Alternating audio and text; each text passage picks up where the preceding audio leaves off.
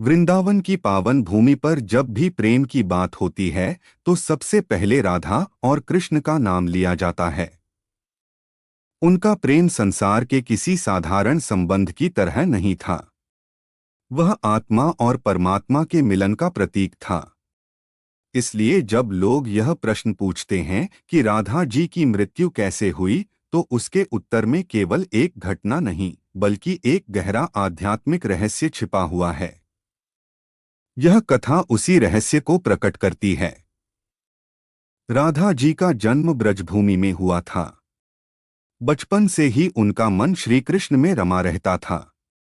जब कृष्ण गोकुल और वृंदावन की गलियों में अपनी मधुर बांसुरी बजाते थे, तब राधा का हृदय उस संगीत में खो जाता था। दोनों का प्रेम इतना पवित्र था कि उसमें किसी प्रकार का स्वार्थ नहीं था। समय बीतता गया और कृष्ण ने अनेक लीलाएं की। उन्होंने कंस का वध किया, धर्म की स्थापना की और आगे चलकर द्वारका के राजा बने। लेकिन वृंदावन छोड़ने के बाद भी उनके हृदय में राधा का स्थान कभी कम नहीं हुआ। दूसरी ओर राधा भी कृष्ण के स्मरण में अपना जीवन व्यतीत करती रहीं। जब कृष्ण मथुरा चले गए, तब राधा के जीवन में विरह का आरंभ हुआ। यह विरह साधारण दुख नहीं था। वह प्रेम की ऐसी अग्नि थी जिसमें उनका प्रत्येक क्षण तपता था। फिर भी उन्होंने कभी शिकायत नहीं की। उन्हें विश्वास था कि कृष्ण उनसे कभी अलग नहीं हो सकते। वर्षों बीत गए। वृंदावन की गलियां बदल गईं, ऋतुएं बदल गईं, लोग बदल गए, लेकिन राधा का प्रेम नहीं बदला।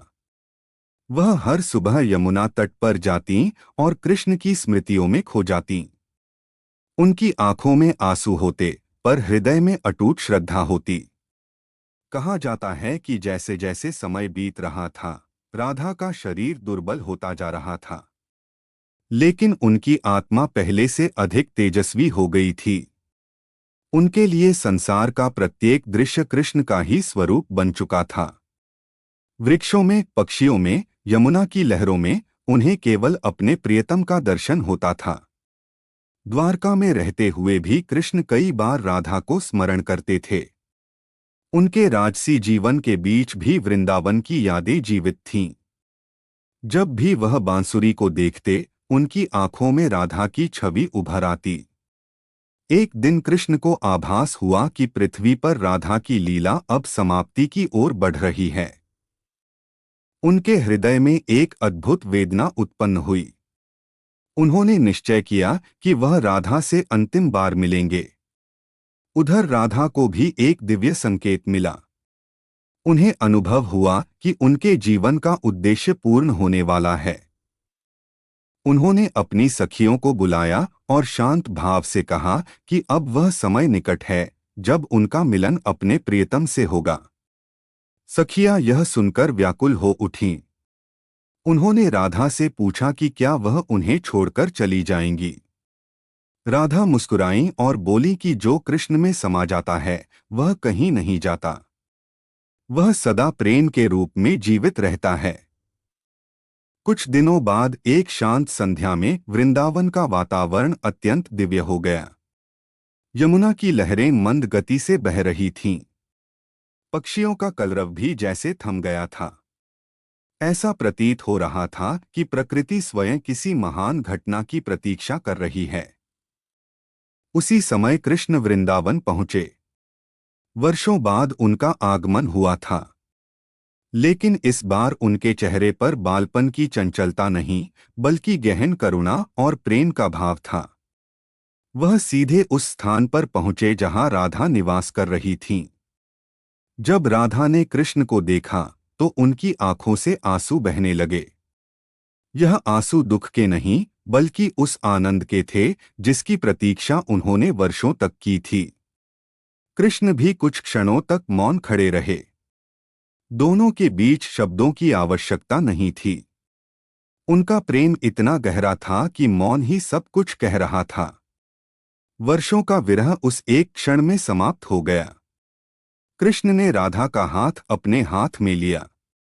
उन्होंने कहा कि संसार उन्हें अलग समझता है, लेकिन वास्तव में वे कभी अलग नहीं हुए। राधा ने मुस्कुराकर उनकी बात स्वीकार की। राधा ने कृष्ण से कहा कि उन्होंने जीवन भर केवल उनका नाम जपा है। उनके लिए संसार का कोई आकर्षण नहीं रहा।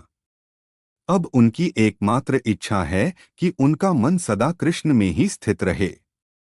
कृष्ण ने उत्तर दिया कि राधा केवल उनकी भक्त नहीं हैं, बल्कि उनकी आत्मा हैं। जिस प्रकार अग्नि और उसकी ऊष्मा अलग नहीं हो सकती, उसी प्रकार कृष्ण और राधा भी अलग नहीं हो सकते। उस रात दोनों ने वृंदावन की पुरानी स्मृतियों को याद किया।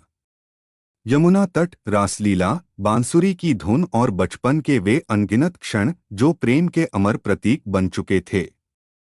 धीरे धीरे रात्रि गहरी होती गई। आकाश में असंख्य तारे चमक रहे थे। ऐसा लग रहा था मानो देवता भी इस दिव्य मिलन के साक्षी बनने के लिए उपस्थित हों। राधा का शरीर अब अत्यंत दुर्बल हो चुका था, लेकिन उनके चेहरे पर अद्भुत शांति थी। उनके भीतर किसी प्रकार का भय नहीं था। उन्हें ज्ञात था कि मृत्यु अंत नहीं, बल्कि परम मिलन का मार्ग है। कहा जाता है कि कृष्ण ने उस समय अपनी बांसुरी निकाली। वर्षों बाद वृंदावन में फिर वही मधुर स्वर गूंज उठा। जैसे ही वह धुन वातावरण में फैली, संपूर्ण प्रकृति भाव विभोर हो गई। राधा ने आंखें बंद कर लीं। बांसुरी की धुन उनके हृदय में उतरती चली गई। उन्हें ऐसा अनुभव होने लगा मानो वह धीरे धीरे संसार की सीमाओं से परे जा रही हों। उनकी श्वास मंद होती गई, लेकिन उनके चेहरे की आभा बढ़ती गई।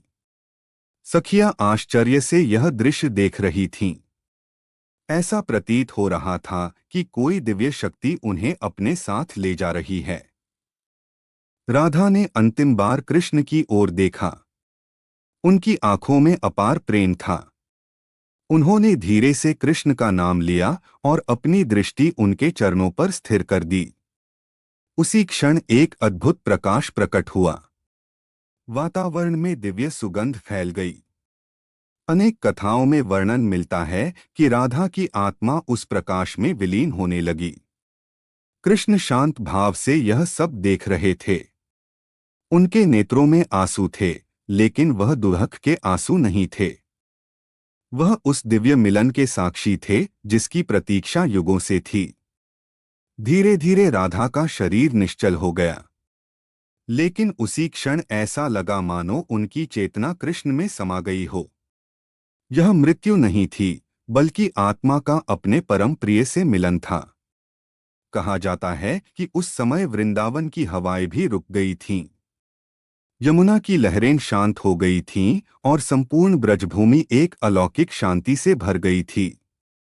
राधा के प्रस्थान के बाद कृष्ण कुछ समय तक मौन रहे। उन्होंने अपनी बांसुरी को देखा और समझ लिया कि उनकी सबसे प्रिय लीला पूर्ण हो चुकी है। प्रेम की वह कथा अब अमर हो चुकी थी। भक्ति परंपरा में माना जाता है कि राधा की मृत्यु नहीं हुई थी, वह कृष्ण में विलीन हो गई थीं। जिस प्रकार नदी समुद्र में मिलकर अपना अलग अस्तित्व खो देती है, उसी प्रकार राधा भी कृष्ण में समा गईं। यही कारण है कि आज भी मंदिरों में राधा और कृष्ण की पूजा साथ की जाती है। भक्त उन्हें दो नहीं, बल्कि एक ही दिव्य सत्ता के दो रूप मानते हैं। उनका प्रेम जन्म और मृत्यु की सीमाओं से परे है। राधा के अंतिम मिलन की यह कथा हमें सिखाती है कि सच्चा प्रेम कभी समाप्त नहीं होता। शरीर नश्वर हो सकता है, लेकिन आत्मिक प्रेम अमर रहता है। राधा और कृष्ण इसी अमर प्रेम के सबसे महान प्रतीक हैं। इसलिए जब कोई पूछता है कि राधा जी की मृत्यु कैसे हुई, तो उत्तर केवल इतना नहीं कि उन्होंने देह त्याग दिया। वास्तविक उत्तर यह है कि उन्होंने अपने प्रियतम श्री कृष्ण में पूर्ण रूप से विलीन होकर उस प्रेम को अमर बना दिया, जिसकी महिमा युगों युगों तक संसार गाता रहेगा।